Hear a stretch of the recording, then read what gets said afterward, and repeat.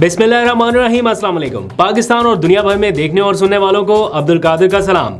मुल्क की हालिया सियासत में एक बड़ी पेशरफ्त हुई है। यानी कुछ अर्सा पहले जो नामुमकिन लग रहा था या मुश्किल लग रहा था वो मुमकिन हो चुका है। साथ ही इमरान खान से मुतालिक दो नहीं बल्कि तीन अहम और बड़ी खबरें हैं। हुकूमत मिलिट्री ट्रायल से पीछे हट रही है, उनके अदालती फैसले उनके हक में आ रहे हैं, मतलब एक बड़ा रिलीफ आज हुआ। और साथ ही दो और अहम डेवलपमेंट है वो भी आपको बतानी है। इस्लामाबाद हाई कोर्ट ने 190 मिलियन पाउंड केस में एक अहम हुक्म जारी किया है। तो उसके बाद अब पीटीआई का अगला मिशन क्या है, गंडापुर ने भी कल इजलास बुला लिया है। तो एक एक करके सारी तफसील आपके सामने रखता हूं, लेकिन पहले जरा जिक्र मौजूदा सियासी हालात का। सब तदबीरें आजमाने के बावजूद आईनी तरमीम पर हुक्मरान इत्तेहाद की बदतरीन सुबकी हुई है। नून लीग और पीपल्स पार्टी पर मुश्तमिल ये जो हुक्मरान इत्तेहाद है, इनकी वजाहतों का सिलसिला जारी है। मुख्तलिफ तावीलें आ रही हैं, टीवी प्रोग्राम्स पर भी अजीब अजीब बयानात आ रहे हैं। आईनी तरमीम का जो ग्रैंड पैकेज था वो आहिस्ता आहिस्ता अब कच्चे मुसवदे में बदल गया है।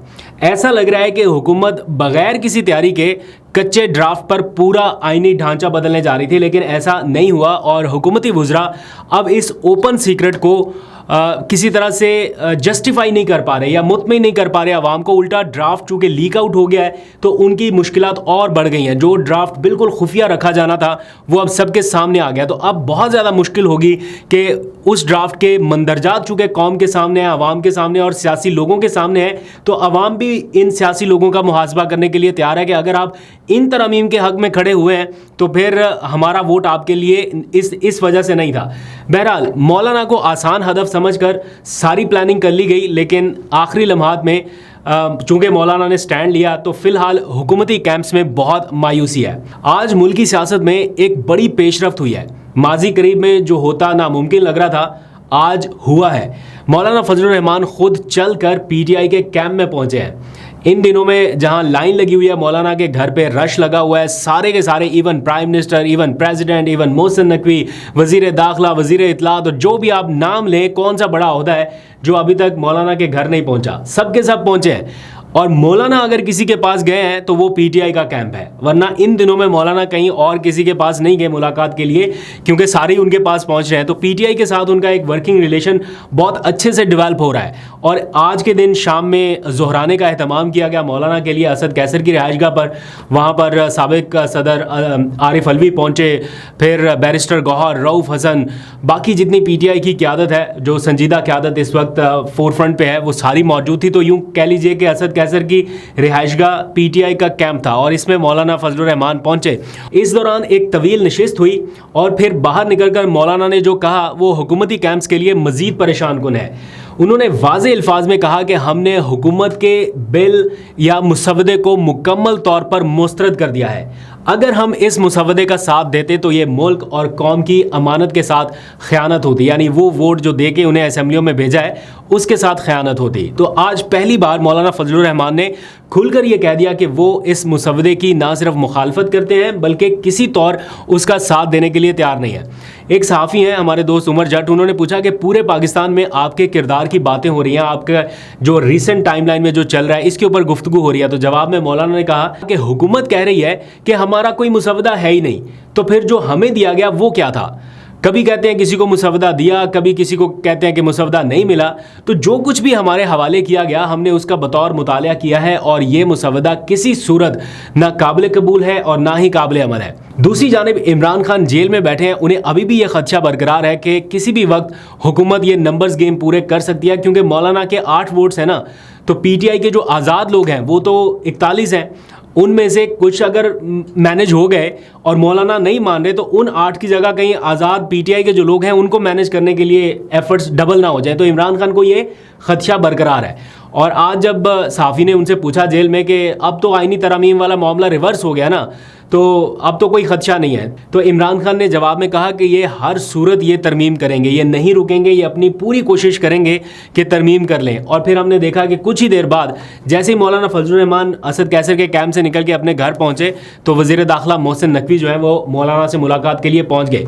दोनों मुलाकातों की बॉडी लैंग्वेज बहरहाल अलग अलग थी। एक जगह बिल्कुल संजीदा माहौल था, दूसरी तरफ ज़रा खुशगवार माहौल था। तो लग रहा है कि मौलाना जो है वो इस वक्त पीटीआई के साथ वर्किंग रिलेशन अपना बेहतर कर रहे हैं। अब से कुछ देर पहले एक खबर यह भी आई है कि हुकूमत 56 के करीब जो तरमीम लाना चाहती थी उनमें से कुछ तरमीम अब निकाल रही है। जैसे कि मिलिट्री ट्रायल, उसके ऊपर इत्तेफाक नहीं हो सका कि सिविलियंस का मिलिट्री ट्रायल हो सकता है या नहीं हो सकता। तो ये कहीं ना कहीं इमरान खान साहब के लिए भी एक पॉजिटिव डेवलपमेंट है कि मिलिट्री ट्रायल के ऊपर ना हुकूमत के कैंप्स में लोग सारे माने हैं, ना वकला बरादरी मान रही है, ना कोई और लोग मान रहे हैं, तो रेजिस्टेंस काफ़ी ज़्यादा है। तो इसलिए आज वजीर कानून ने यह तो कह दिया कि मिलिट्री ट्रायल के ऊपर इत्तेफाक नहीं हुआ, इसलिए उससे वो बैक ऑफ कर रहे हैं या पीछे जा रहे हैं। दूसरी तरफ खबर यह है कि मुजव्वज़ा आईनी तरामीम को कलादम करार देने के लिए सुप्रीम कोर्ट ऑफ पाकिस्तान में एक और आईनी दरखास्त दायर कर दी गई है, जबकि जो मारूफ कानूनदान मुनीर ए मलक हैं, उन्होंने एक बयान दिया है कि उनके पास आईनी तरामीम के खिलाफ सुप्रीम कोर्ट के 16 रिटायर्ड जजेस के दस्तखतशुदा डॉक्यूमेंट मौजूद हैं,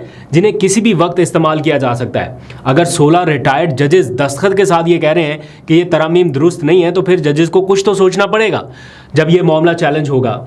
अब आ जाइए, कुछ खबरें हैं इमरान खान से मुतालिक। पहली खबर ये कि इस्लामाबाद हाई कोर्ट ने आज 190 मिलियन पाउंड केस या अलकादर ट्रस्ट केस में स्टे ऑर्डर जारी कर दिया है। एहतसाब अदालत को फाइनल फैसला सुनाने से 26 सितंबर तक रोक दिया गया है, क्योंकि ये डे टू डे हेयरिंग हो रही थी ना, तो इस हेयरिंग के नतीजे में लग रहा था कि बहुत जल्द इमरान खान साहब को सज़ा सुना दी जाएगी या उनके खिलाफ फैसला आ सकता है। तो आज इस्लामाबाद हाई कोर्ट ने ट्रायल कोर्ट को, जो कि एहतसाब अदालत है, उसको फाइनल फैसला सुनाने से रोक दिया है। ट्रायल वो बेशक जारी रखें, लेकिन फैसला नहीं सुनाएंगे। और साथ ही उनकी इस केस में जमानत और इस केस से बरियत के मामले पर भी नोटिस जारी कर दिए गए हैं। तो पीटीआई के कैंप्स में इत्मीनान है इस खबर को लेकर कि फाइनल फैसला सुनाने से रोक दिया गया है। दूसरी खबर उनके मुमकिना मिलिट्री ट्रायल से मुतालिक है, जिसकी तफसील मैं आपको बता चुका हूं कि हुकूमत अब सिविलियंस के मिलिट्री ट्रायल से मुतालिक तरमीम से पीछे हट रही है, क्योंकि ऑब्वियसली इत्तफाक ही नहीं हो पा रहा, तो वो कैसे आगे बढ़ सकेंगे। साथ ही इस्लामाबाद हाई कोर्ट ने भी इस मामले पर वफाकी हुकूमत से एक वाज़ेह जवाब मांग रखा है। जैसे ही वो जवाब आएगा तो वो भी आपको अपडेट करेंगे। फिर तीसरी खबर आ जाए एमनेस्टी इंटरनेशनल से, जिन्होंने इमरान खान की फौरी रिहाई का मुतालबा किया है। एमनेस्टी इंटरनेशनल का आपको पता है एक आलमी बैन अल-अक़वामी इदारा है। तो यूएन के वो जो ग्रुप का एक डिमांड आई थी कि इमरान खान की जो कैद है ये गैर कानूनी है यूएन के वर्किंग ग्रुप की जानिब से, तो उसके बाद अब एमनेस्टी इंटरनेशनल ने भी इमरान खान की रिहाई का फौरी मुतालबा किया है। तो ये जो इंटरनेशनल ऑर्गेनाइजेशन की जानिब से मुतालबात आ रहे हैं, ऑब्वियसली गवर्नमेंट के ऊपर प्रेशर बरकरार रहेगा। चौथी खबर इमरान खान का ऑक्सफोर्ड यूनिवर्सिटी से मुतालिक एक और इंटरव्यू आज शाया हुआ है द टाइम्स में। ये ताज़ा कॉलम जारी हुआ है, हमने सोशल मीडिया के ऊपर देखा। अगर आप चाहें तो पीटीआई ऑफिशियल्स के ऊपर देख सकते हैं। मैंने आपको बताया था कि ये इंटरव्यूज़ की सीरीज़ अब जारी रहेगी। एक तरफ एक कॉलम आया और उसके ऊपर आपने देखा कौमी मीडिया के ऊपर, नेशनल मीडिया के ऊपर किस तरह डिबेट हुई, लेकिन दूसरी तरफ बैक टू बैक और आर्टिकल्स आ रहे हैं, तो इसका उतना चर्चा नहीं है। तो मनपसंद आर्टिकल्स पिक किए जाते हैं जो इमरान खान के खिलाफ हों, उसके ऊपर पूरी कैंपेन है, वो चाहे कोई इजराइल टाइम्स से आ जाए, कोई किसी से भी आ जाए, लेकिन ये जो इस टाइम शाया हो रहे हैं इसके ऊपर खामोशी है। जाते जाते एक खबर और के मखसूस नशिस्तों के मामले पर आपको मालूम है सुप्रीम कोर्ट ऑफ पाकिस्तान ने इलेक्शन कमीशन को तसल्ली बख्श जवाब दिया है, वजाहत करके कि जनाब आप जो कह रहे हैं ये गलत है, आप सिर्फ टाइम आगे बढ़ाने के लिए सारे हरबे इस्तेमाल कर रहे हैं। ये सारी आज़ाद सीटें जो हैं ये पीटीआई के पास हैं। ये फैसला उन्होंने पहले भी जारी कर दिया, फिर अब इलेक्शन कमीशन को बाकायदा वजाहत भी जारी कर दी गई है।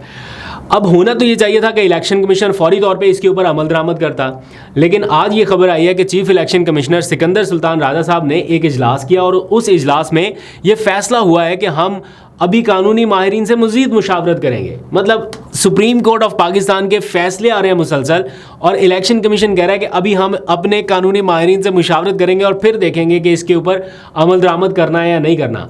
एंड मुमकिन है कि पहले तरामीम करवा ली जाए किसी तरह से, उसके बाद अमल दरामद हो, या बिल्कुल ही सोच लिया है कि कोई अमल दरामद नहीं होना, क्योंकि कुछ जो सहाफ़ी हैं वो बताते हैं इस तरह की, जो टिपिकल सहाफ़ी हैं ना, वो बताते हैं कि जनाब कोई अमल दरामद नहीं होना, और हर तरफ चैन ही चैन जैसी सिचुएशन वो बताते हैं।